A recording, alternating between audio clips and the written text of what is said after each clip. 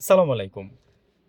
যেই গাছটার মধ্যে আপনার ফল ধরবে, ওই একটা কথা আছে মানিকগঞ্জের ভাষায়, যে যেই বাঁশ ছোটবেলা থেকে মানে যেই যেই বাঁশ গাছটা, বাঁশ গাছ তো সবাই চিনেন, বাঁশ গাছ, যেই বাঁশ গাছ মানে মানে বাঁশ গাছ যখন মাটির নিচের থেকে উঠে তখন খুব বড় হয়ে একটা মুঠো হয়ে আস্তে আস্তে উপরের দিকে চিকন হয়ে যায়। আর যেই বাঁশটা, বাঁশ গাছটা বড় হবে না, সেই বাঁশ গাছটা চিকন হয়ে উঠবে। তো মানিকগঞ্জের একটা ভাষায় একটা কথা বলি আপনাদেরকে, বিএনপি, যে যেই বাস ছোটবেলা থেকেই উঠবে, ভালো হবে সেটা চুক খাইয়ে উঠবে। তো আপনাদের নমুনা বা লক্ষণ দেখলে মনে হচ্ছে যে না, কিছুই হবে না আপনাদের দিয়ে। আমি বললাম কথাটা যে আপনাদের দিয়ে কিছু হবে বলে আমার মনে হচ্ছে না। আমরা আপনাদের নিয়ে ভাই আলোচনা করতে পারবো, আপনাদের ভুলগুলো ধরাই দিতে পারবো, করবেন কি করবেন না সেটা আপনাদের ব্যক্তিগত বিষয়। আমাদের চোখে যেটা নেগেটিভ হয় সেটা বলি, যেটা পজিটিভ হয় সেটা বলি, কিংবা যদি সাথে কোনো পরামর্শ থাকে সেটা আপনাদেরকে দিয়ে যাই। দেখেন, জুলাই সনদ মানুষের মনের মধ্যে কিন্তু এটা কিন্তু একটা লালিত জিনিস। হাদি ভাইয়ের হত্যা মানুষের মনে কিন্তু এগুলো একটা লালিত জিনিস।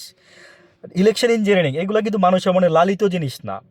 এগুলো যা হওয়ার হয়ে গেছে, যা করার করছেন।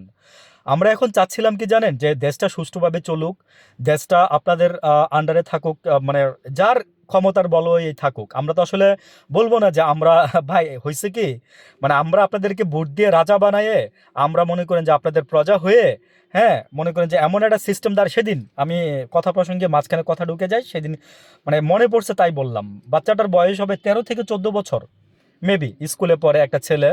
তাকে একজন সাংবাদিক জিজ্ঞেস করতেছিল যে যে জুলাই সনদ সনদ সম্পর্কে তুমি কিছু বুঝো, বা এই যে বিএনপি যে এরকম করতেছে, বা জুলাই সনদ বলে যে দিল না বা দিচ্ছে না, বা তুমি কি মনে করো। মানে এত ড্যাম স্মার্টলি সে অ্যান্সারটা দিল ভাই, আমি নিজেই আমি বললাম না যে আমার মাথা খারাপ হয়ে গেছে।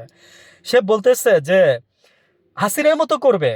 17 বছর ক্ষমতায় ছিল, তো তাদের 10 বছরে পুষাবে না, তাদের 10 বছরে পুষাবে না। তারা সামনে আরো ক্ষমতায় থাকতে চায়।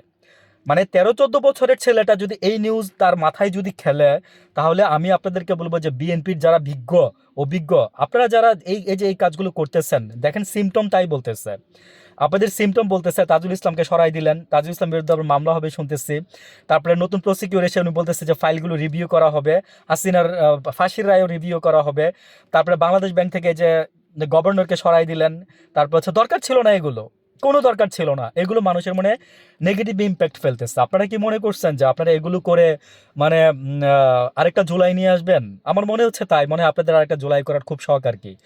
তো যাই হোক ভাই, আপনাদের ব্যক্তিগত বিষয় এগুলো, রাজনীতি করেন, আমরা শুধু আপনাদের ভুলগুলো ধরাই দিতে পারবো, আলোচনা সমালোচনা করতে পারবো। ভালো থাকবেন সবাই, আসসালামু আলাইকুম।